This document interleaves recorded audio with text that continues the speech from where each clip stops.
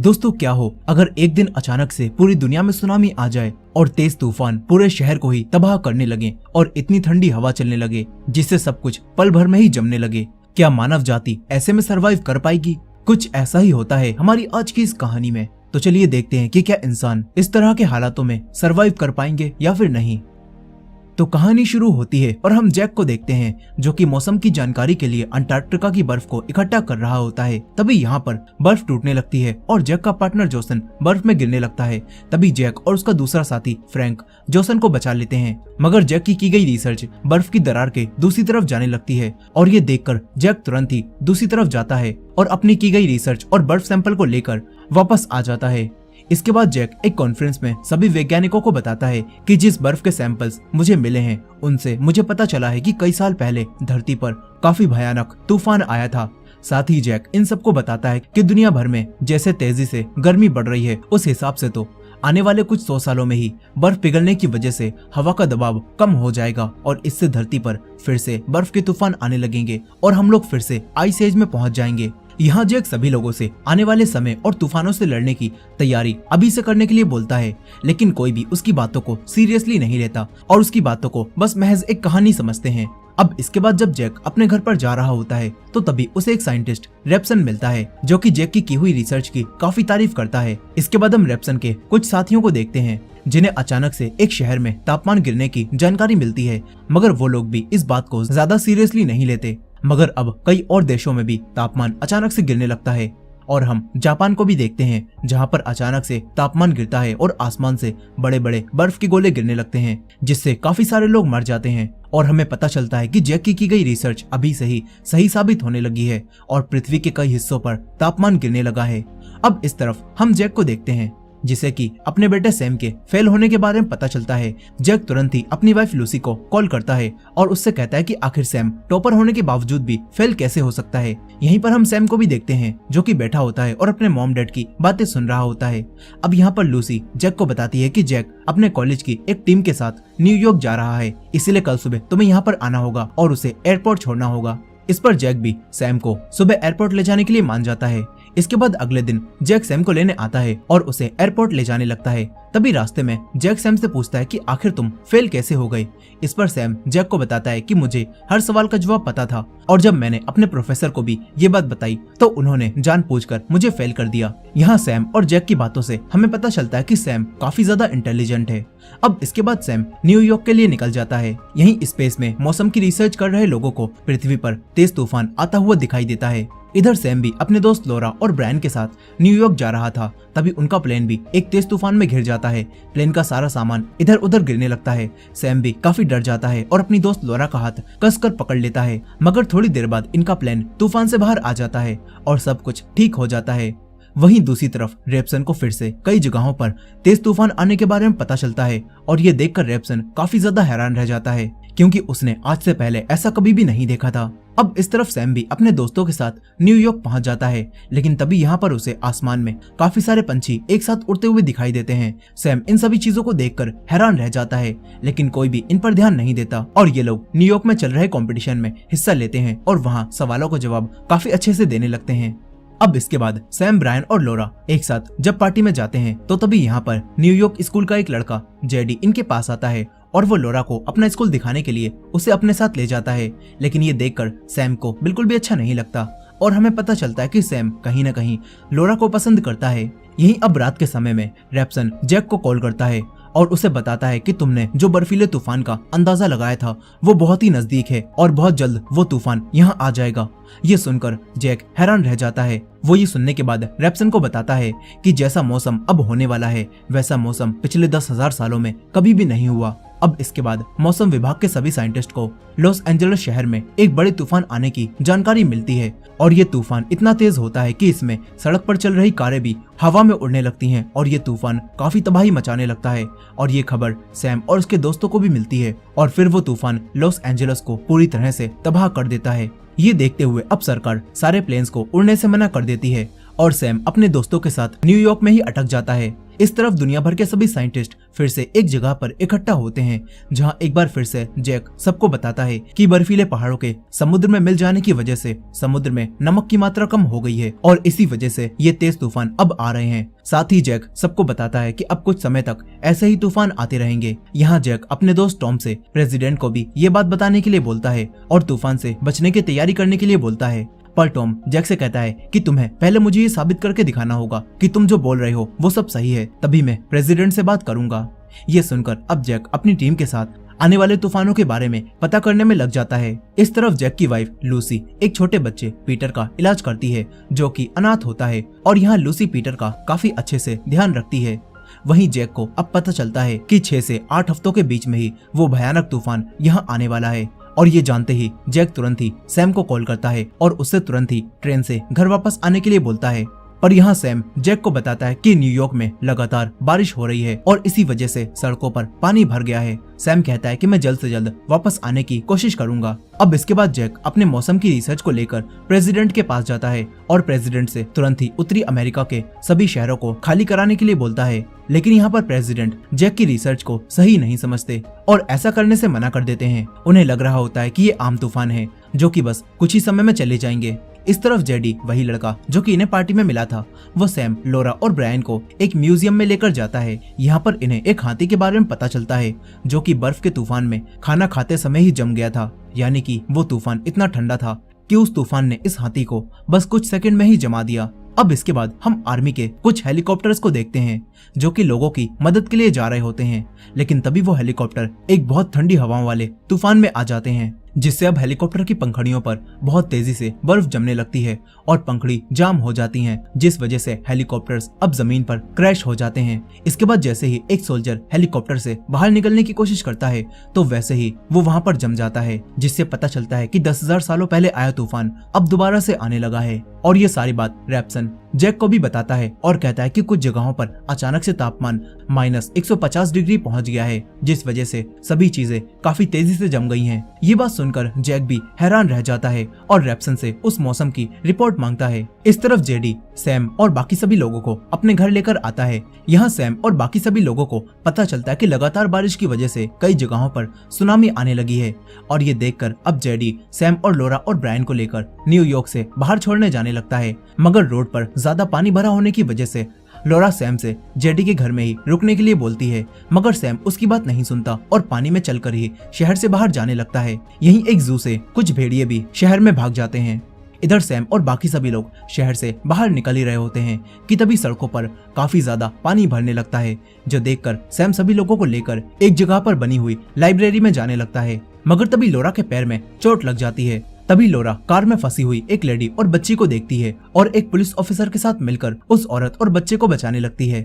मगर तभी यहाँ पर एक सुनामी भी आने लगती है और सैम ये चीज देखता है और वो जल्दी से लोरा को बचाने के लिए उसके पास जाता है। वो लोरा को लेकर तुरंत ही लाइब्रेरी के अंदर आ जाता है और इस तरह इन सभी लोगों की जान बच जाती है। मगर अब इस पूरे शहर में पानी भर जाता है।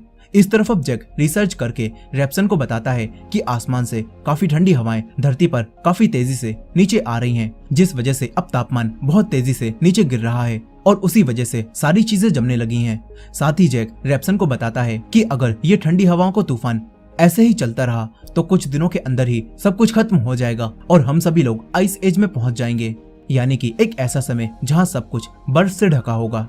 और ये बात जानकर रैप्सन और बाकी सभी लोग दुखी हो जाते हैं। इस तरफ अब लोरा भी सैम को अपनी जान बचाने के लिए थैंक्स बोलती है और सैम को लोरा से बात करते हुए देखकर जेडी सैम से कहता है कि तुम्हें लोरा को प्रपोज कर देना चाहिए।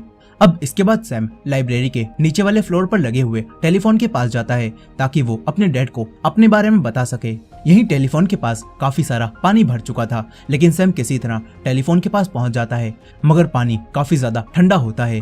इस तरफ जैक और लूसी भी सैम के लिए काफी परेशान हो रहे होते हैं। तभी सैम जैक के पास कॉल करता है और इन्हें बताता है कि वो न्यूयॉर्क की एक लाइब्रेरी में आकर बिल्कुल ठीक है। यहाँ पर सैम अपने डैड से बात कर ही रहा होता है कि तभी इस जगह पर भी पानी भरने लगता है और सैम यहाँ पर डूबने लगता है। यहीं पर जैक अब सैम को उन्हीं ठंडी हवाओं के तूफान के बारे में बताता है और कहता है कि तुम जहाँ पर भी हो वहीं पर रहना और उस लाइब्रेरी से बाहर मत निकलना और हो सके तो अपने आप को गर्म रखना। साथ ही जैक सैम से कहता है कि मैं बहुत जल्द ही तुम्हें लेने वहाँ पर आ जाऊंगा। अब यहाँ पर सैम बात करते करते ही पानी में डूब जाता है, जो देखकर लोरा को लगता है कि सैम अब मर गया होगा।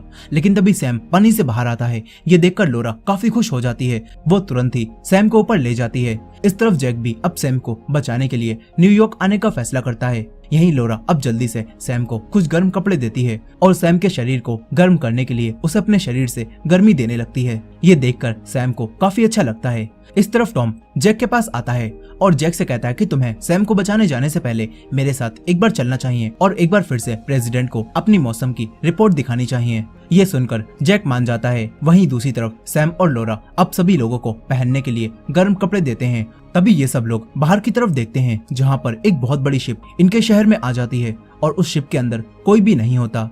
वहीं दूसरी तरफ जैक अब प्रेसिडेंट और बाकी सभी लोगों को ये बताता है कि ये ठंडी हवाओं को तूफान 7 दिनों तक चलता रहेगा, जिससे बचने के लिए हमें सभी लोगों को तुरंत ही उत्तर से निकालकर दक्षिण की तरफ भेजना होगा, जिसमें कि मैक्सिको सबसे अच्छा देश है जहाँ पर लोग बिल्कुल सेफ रह पाएंगे। यह सुनकर प्रेसिडेंट जैक से पूछते हैं कि अब हमें उत्तर में फंस चुके लोगों का आखिर क्या करना चाहिए। इस पर जैक प्रेसिडेंट से कहता है कि हम उत्तर में फंस चुके लोगों को तो अब नहीं बचा सकते और अगर वो सभी लोग अपने घरों से बाहर निकले तो वो सभी लोग मर जाएंगे। इतना बोलकर जैक यहाँ से चला जाता है। ये सब सुनकर प्रेसिडेंट बचे हुए सभी लोगों को तुरंत ही मैक्सिको ले जाने का ऑर्डर देते हैं।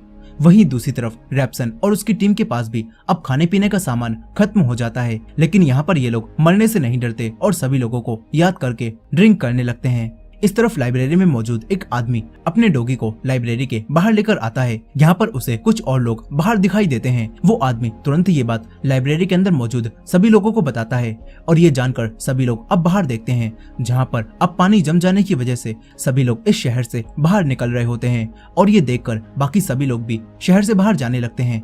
मगर सैम सभी लोगों को बताता है कि मेरे डैड, जो कि एक साइंटिस्ट हैं, उन्होंने मुझे बताया है कि ठंडी हवाओं को तूफान हमारी तरफ बढ़ रहा है और इस वजह से जो भी बाहर जाएगा वो जमकर मर सकता है। यहाँ सैम सभी लोगों को ये समझाने की कोशिश करता है कि इन्हें बाहर नहीं जाना चाहिए और यहीं पर रहकर इंतजार करना चाहिए, लेकिन कोई भी उसकी बात नहीं मानता और सभी लोग बाहर चले जाते हैं। मगर अब कुछ लोग सैम की बात मानकर यहीं पर रुक जाते हैं। वहीं जैक भी अब सैम को बचाने जाने लगता है। तभी फ्रैंक और जोसन भी जैक के साथ ही सैम को बचाने जाने का फैसला करते हैं और अब ये तीनों सैम को बचाने के लिए निकल जाते हैं। यहीं काफी सारे लोग अभी से अपनी जान बचाने के लिए मैक्सिको में जबरदस्ती घुसने लगते हैं।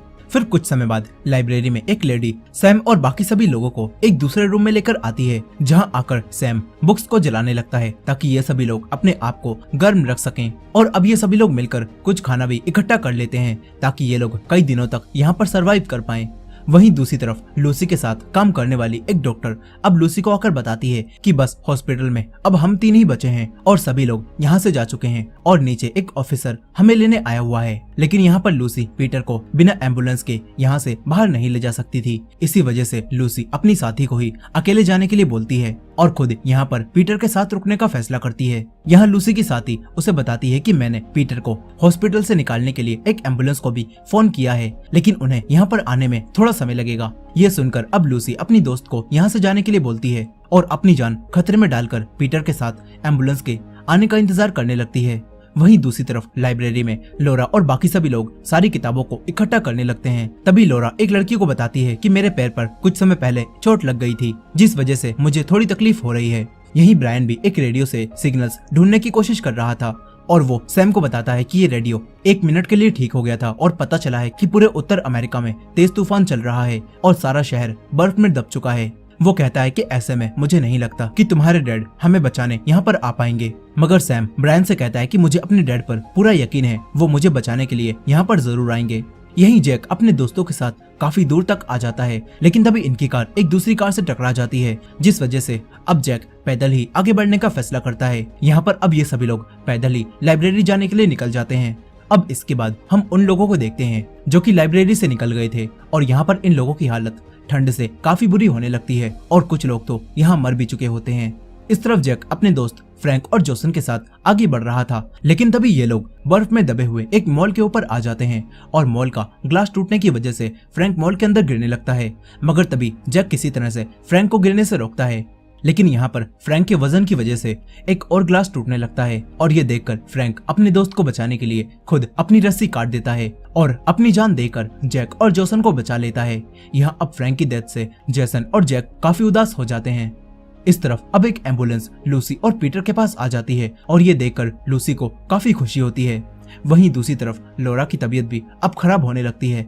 सैम लोरा के पास जाता है और उससे काफी सारी बातें करने लगता है। वो लोरा को बताता है कि मैं न्यूयॉर्क इसीलिए आया था ताकि मैं तुम्हारे साथ रह सकूं। ये सुनकर अब लोरा भी काफी खुश होती है और ये दोनों किस करने लगते हैं। वहीं दूसरी तरफ वाइस प्रेसिडेंट को पता चलता है कि प्रेसिडेंट की कार भी तूफान में फंस गई है और इस वजह से अब प्रेसिडेंट की भी डेथ हो चुकी है। और ये खबर सुनकर वाइस प्रेसिडेंट काफी हैरान रह जाते हैं। इस तरफ लोरा की हालत भी अब खराब हो जाती है और उसे होश भी नहीं आता। तभी वही लड़की जिसे लोरा ने अपनी चोट के बारे में बताया था वो सभी लोगों को बताती है कि लोरा ने मुझे अपनी एक चोट के बारे में बताया था जो कि उसे पानी के अंदर लग गई थी। ये सुनकर सैम लोरा की उस चोट को देखता है जिसमें अब काफी ज्यादा इन्फेक्शन फैल चुका था और ये देखकर एक लेडी सैम को बताती है कि हमें लोरा को जल्द से जल्द एंटीबायोटिक दवाइयां देनी होंगी जिससे लोरा का जख्म ठीक हो जाएगा। लेकिन यहाँ पर इन लोगों के पास वो दवाइयां नहीं होती।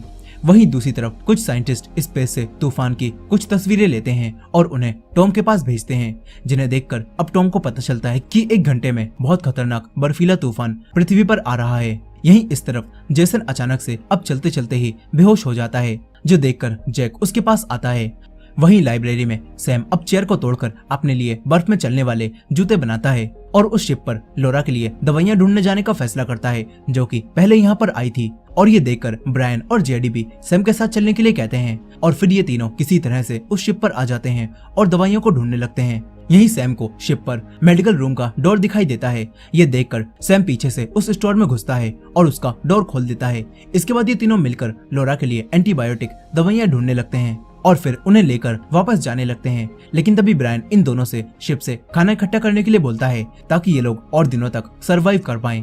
इसके बाद ये तीनों शिप से खाना इकट्ठा करने लगते हैं। लेकिन तभी एक भेड़िया इनके ऊपर हमला करता है और जेडी के काट लेता है। तभी सैम उस भेड़िए को मारता है और उसे रूम से बाहर निकालकर रूम को लॉक कर लेता है। इसके बाद सैम तुरंत ही जेडी के पैर पर एक कपड़ा बांध देता है। यहीं सैम अपनी तरफ आ रहे उसी तूफान को भी देखता है और ब्रायन से कहता है कि मैं भेड़ियों को पीछे लेकर जाऊंगा और तुम जल्दी से उन्हें रूम में लॉक कर देना। इतना बोलकर अब सैम जहाज के पीछे से भेड़ियों के सामने जाता है और उन्हें अपने पीछे लगा लेता है और उन्हें एक रूम में लॉक कर देता है। इसके बाद सैम ब्रायन और जेडी को शिप से बाहर निकालता है।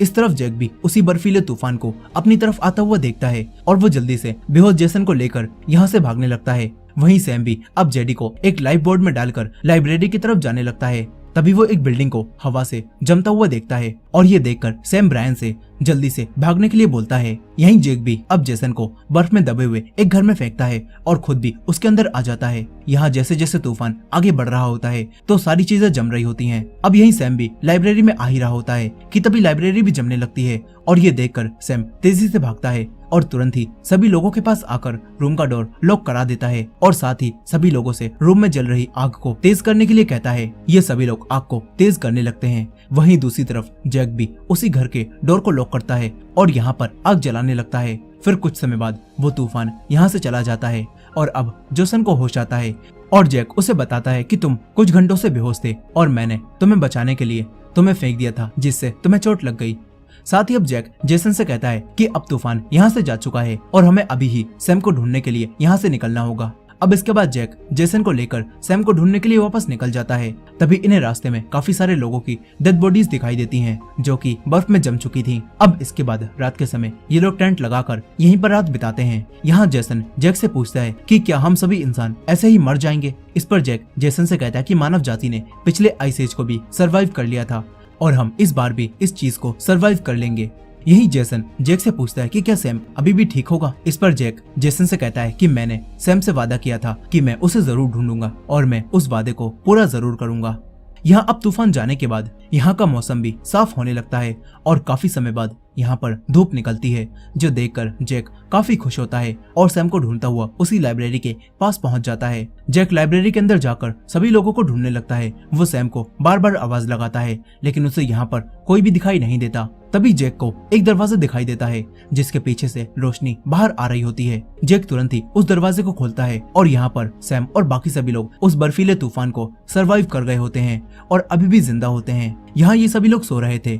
अब सैम की आंख खुलती है और सैम अपने डैड को यहाँ देखकर काफी खुश होता है और कहता है कि मैं जानता था कि आप मुझे बचाने यहाँ पर आओगे। अब इसके बाद टॉम जैक के कहने पर वाइस प्रेसिडेंट के पास जाता है और उन्हें जैक और बाकी सभी लोगों के न्यूयॉर्क में जिंदा होने के बारे में बताता है, जो सुनकर वाइस प्रेसिडेंट काफी खुश होते हैं और तुरंत ही अपनी सेना को यहाँ लाने के लिए भेज देते हैं। इस तरफ लूसी और पीटर भी बिल्कुल ठीक होते हैं और लूसी को भी अब जैक और सैम के जिंदा होने के बारे में पता चलता है, जो जानकर वो काफी खुश होती है। यही टॉम और कुछ सैनिक जैक को बचाने के लिए अब हेलीकॉप्टर से न्यूयॉर्क पहुंच जाते हैं और यहाँ पर टॉम जैक को देखकर काफी खुश होता है। इसके बाद ये सभी लोग घर जाते समय कई सारे और लोगों को भी देखते हैं जो कि न्यूयॉर्क में उस बर्फीले तूफान को सरवाइव कर गए होते हैं और अब जैक के यहाँ आने की वजह से ही सरकार को इन सब के बारे में पता चलता है और सरकार इन्हें बचाने के लिए यहाँ पर हेलीकॉप्टर्स और अपनी सेना भेजती है। यहीं सैम और लोरा को एक साथ देखकर जैक भी काफी खुश होता है। अब इसके बाद स्पेस में मौजूद वही साइंटिस्ट फिर से पृथ्वी को देखते हैं, जहां मौसम अब पूरी तरह से ठीक हो चुका था और हवा काफी ताजी होती है और ये देखकर ये सभी लोग समझ जाते हैं कि पृथ्वी पर बहुत जल्द सब कुछ पहले जैसा हो जाएगा। और इसी एंडिंग के साथ ये कहानी यहीं पर खत्म हो जाती है। दोस्तों, ये थी इस मूवी की फुल स्टोरी। आई होप कि आपको ये स्टोरी पसंद आई होगी। इस स्टोरी से हमें पता चलता है कि अगर हम पृथ्वी के नेचर को इसी तरह से लगातार नुकसान पहुंचाते रहें तो वो दिन दूर नहीं जब नेचर हमसे बदला लेगा और हमें भी कुछ ऐसे ही हालातों का सामना करना पड़ेगा, जहां पृथ्वी का कोई हिस्सा तेज ठंड और कोई हिस्सा तेज गर्मी से जूझ रहा होगा। खैर, आपको क्या लगता है? अपने ओपिनियन कमेंट में बताना मत भूलेगा और इस वीडियो को भी लाइक करना मत भूलेगा। और हमारे चैनल पर नए हैं तो हमारे इस चैनल को भी सब्सक्राइब करके बेल नोटिफिकेशन को ऑन कर लीजिएगा। मिलते हैं नेक्स्ट वीडियो में।